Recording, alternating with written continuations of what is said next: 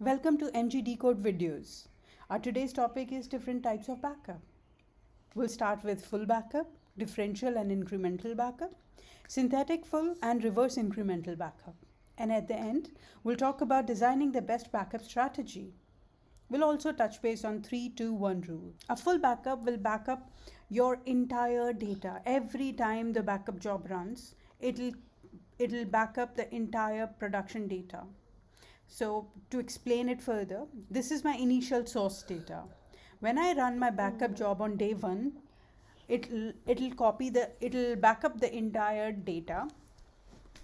And on day two, if there are, let's say, 2 GB of changes that have added into my initial production data, so all those changes will be absorbed in your backup job, and the total backup that will be taken is the source data plus the changes.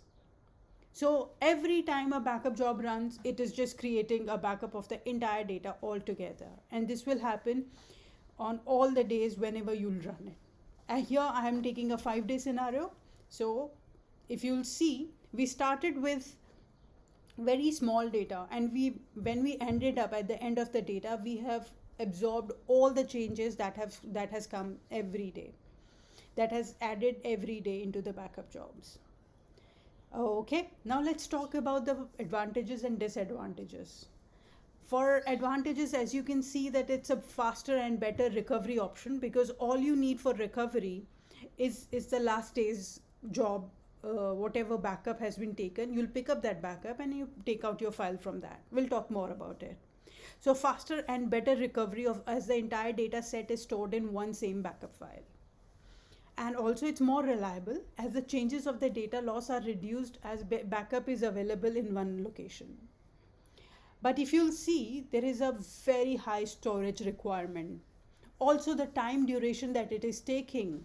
Every day the same job is running, copying the entire same data, and over and above it is also copying the changes. So too much of redundancy. So here, if you'll see, I have written high storage requirement to store the backup. Backup time is very long and only fit for small amount of data. As large enterprise, it might miss the backup window. What it really means is that if such a big job will run every day, it might happen that if you have a substantial amount of data, that you will not be able to complete your job. And for that, you need to think about reducing the redundancy. If you'll see here, your day one, when you copied the blue color of first day data, you've been repeating the copies. So by the end of the week, I have 5 different copies of the same data, which is a bit of wastage of the storage. But it is good in terms of restoring the data, as we have been talking about. So let's just look at what we need when we want to restore a file. So I want a file that I copied on day 5. Then all I have to do is to go ahead and pick up the data that I have copied on day 5 and restore my file. So there is very less chances of data corruption or dependency on other days backup job to be completed. That is your full backup. Now next comes is differential backup. Now there was a lot of redundancy in full backup. So what differential backup offers is it copies all the data changes only. So whatever changes that has happened, it will only copy the data changes from the last full backup. Okay, so here you'll see, here comes our source data that we've been talking about. On day one, it'll do the complete backup copy because it's my full backup which is running. On day 1 or day 0, we have to copy the entire backup. Then comes the differential backup, where on day 2, it will only copy the changes that has happened since the last full backup. As you can see here, it has not copied the same data again. On day 3, the same thing will happen. It will only copy the changes that has happened on the day 3. At the same time, it will also copy the changes that had happened on day 2. So basically 2 days of changes it has copied one more time. And on day 3, the same thing will happen. It will not copy the full data again, but it will copy the changes from the last full. From the last full would mean that if day 4 I'm backing up, it will copy the data from day 1 and forward. So after day 1, whatever the changes has been happening, it will continue to copy that. On day 5, it will copy all the changes. So If let's see the restore first. If I need to restore a file on day 5, what do I need? I need the day 5 data changes, which is the 5th day copy. At the same time, I also need the full backup copy because it is not copying full every time. The basic data, the initial data that it has copied, it will not redo it. It'll avoid redundancy to a certain extent by not copying the same data again and again every day, like full was doing. So let's look at the advantages and disadvantages. For advantages, more reliable as chances of data loss are reduced. As here we are talking about only the data changes. Because all we need is a full copy, and the data changes are copying every day, pretty much every second day it is copying the same data changes, which perhaps are lesser than than our full backup. Okay, it'll be faster than incremental. Restore will be faster than incremental backups. We'll talk about the incremental backup, and then it'll be easier to kind of compare the two. Archive tab. Whenever you copy, whenever you backup, archive tab. Archive tag. Archive tag. Whenever you backup, there is a backup tag that gets updated, that this file has been backed up on last date, whatever date that file has been backed up. It kinds of update the archive tag. But what differential backup does is it does not update the archive tag, and that is the reason that all the changes from the last full backup, it will continue to keep copying all the changes again and again. That is because whenever the archive tag is not updated, it'll pick up all the data from there, and the last archive tag was updated when the last full was done, which was on day 1. So differential backup does not update archive tag. So all the changes are being copied again and again. It gives a sense of security that even if my day 3 job, let's say my day 3 file got corrupted, and I wanted a file of day 2, then there is no problem, because on day 4 will also have the day 2 copy, and day 3 day 2 copy, and day 5 will also have day 2 copy. So I have a lot of options to go back even if my any backup file gets corrupted, which is a rare case. But if that happens, I still have options to recover my file. It consumes more space in comparison to full backup. It is much better because it's not copying the entire full data again and again. But again, the redundancy is still there, because if you'll see, day 2 is being copied 4 times altogether. So 4 copies in 1 week, and if this happens for a longer period of time, there will be too much of data redundancy, which is why we need incremental backup. Now let's see what is an incremental backup. An incremental backup, here, this is my source data. On day 1, this again, as I said, we'll have to copy the initial, all the data on day 1 anyway, so that we have a baseline to track what's up next. So let's say on day 2, these are the changes that has happened, and it will only copy the changes, which is what differential also did on day 2. But on day 3 is where the changes start coming in. In case of differential, it copied the day 2 and day 3 changes, but here it will only copy the day 3 changes. So if there are no changes, the job will finish very quickly, because there are no major changes. It will just run, it will verify, and it will close down.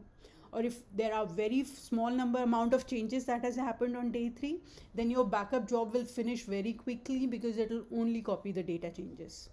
The same thing will happen on day 4. It will only copy the changes again, and same goes for day 5. So if you'll see, after your full backup, it's just quick backup that are getting completed one after the other, because it's only copying the changes.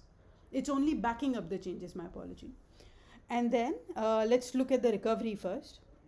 For restoring a file on day 5, let's say I want a file that I backed up on day 5, the changes that happened on day 5 backup, if I want to restore that, here I need a full backup copy, the day 2 backup copy, day 3 backup, day 4 and day 5 copy. So there are so many options that I have to consider, that all the files have to be good enough and ready to recover for me to recover a file on day 5. So there is a too much of dependency on every day's backup. But the bright side is that there is no data redundancy which has happened. It has not kind of it has not copied the same data again and again. So we'll look at the advantages. Backup are faster as it's only backing up the changes. Restores are slower. As you can see that there are so many files that it needs to read first, and then it'll find the file for you, and then the recovery can start. Now next one is synthetic full backup. Now here this is a bit interesting one. Again, the source data. On day 1, we do the entire full backup as we've been doing. On day 2, these are the changes that has happened on day 2. We are running an incremental job on day 2. Day 3, we are running an incremental job. So as we know that on incremental job, it only copies the changes from the last full. So changes, quick backups completed. On day 4, what synthetic backup does is, here we go. What it does is it'll update your pointers.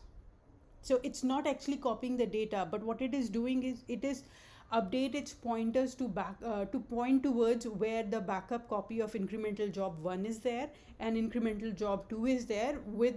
At the same time, it will also update the pointer towards the full backup.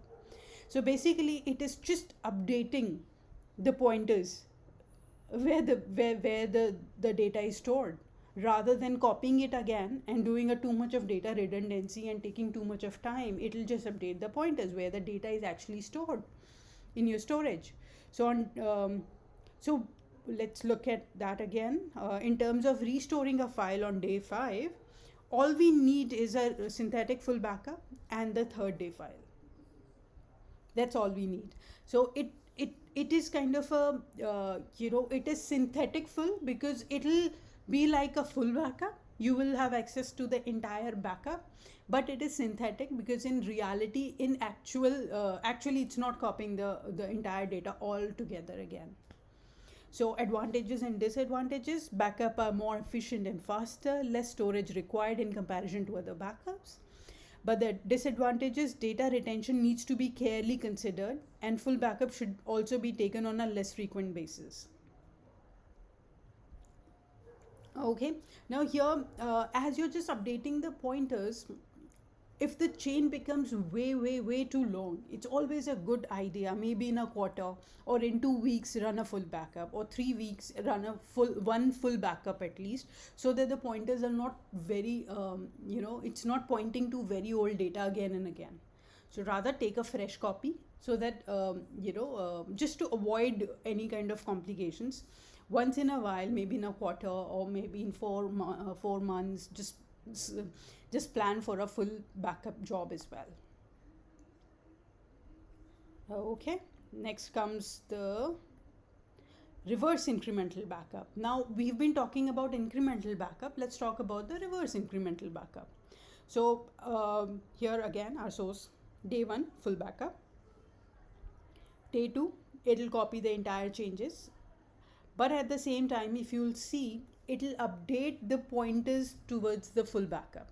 So any changes that has happened on your full backup, on your day 1 job, whatever changes that has happened, it'll copy those changes. And at the same time, it'll update the pointer towards your full backup. So again, on day 3, we'll do the reverse incremental job again. So these are the changes that has happened on day 3. So what it will do is it'll copy the day 3 changes, and at the same time it'll update the pointers towards the previous day's updated copies, and it'll leave a copy of not updated changes, whatever changes day 3 changes that has happened. Before that, whatever copy was there, it'll leave it on earlier jobs. So if you'll see, the benefit is really visible, that you have as good as a full backup access every time it runs, because it's updating the changes. It's updating the pointers towards where the backup is stored. So in case you need to restore a file on day 5, all we need is that that day's copy and we'll be able to restore. Some advantages, which are backup are more efficient. As for restore only, last backup copy is needed. As you can see below also, that only one copy is required and we'll be able to restore it from there. Less storage required in comparison to full backup. So I think in terms of the storage, it has been very efficient because it's only copying the changes that is happening, and at the same time, every time it runs, it updates the pointer towards the entire data. So basically it will act as a full running every time it runs, but without the disadvantage of redoing the copy every time it runs. It's just updating the pointers. The disadvantage is more IOs because it has to reread and go, it has to go back and keep checking what the data has been backed up, and a lot of IOs are required to write each changed data block in repository. So IO is on a disadvantage side. Okay, now let's talk about the designing best practice strategy. Scenario 1. Before we go ahead and talk about the scenarios, I think the important point is that I have told you what different backup means.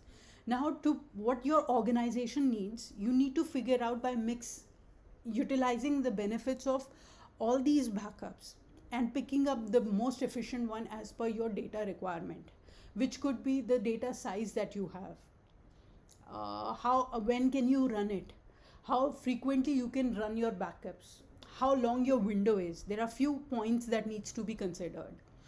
So here on scenario 1, I have tried to share that again a day 5 scenario I'm taking. On day 1, we are running a full backup job. On day 2, we are only capturing the changes, which comes under incremental backup. The same incremental backup we run on day 3. So basically 3 jobs are running and completing in time. Possibility is there that all the 3 backup jobs runs efficiently, and then on day 4 incremental job again, and day 5 we could do a differential job. Differential backup, as we know, what it does is it will copy the data from the last full backup. So from day 1 it will copy the entire changes till day 4 and till day 5. So this is one of the options that we can use. And on scenario 2, I have shared that day 1 will do a full backup, day 2 and day 3 will only copy the changes that has happened, and day 4 we run a synthetic backup. So if you'll see in these scenarios, if there is a data loss that happens on day 3, let's say my data, the backed up copy is not accessible for any reason for day 3, then in scenario 1 I am completely fine because I can take a copy on day 4 or day 5 with full backup and I'll be able to recover out of it because I have enough backup to recover out of it.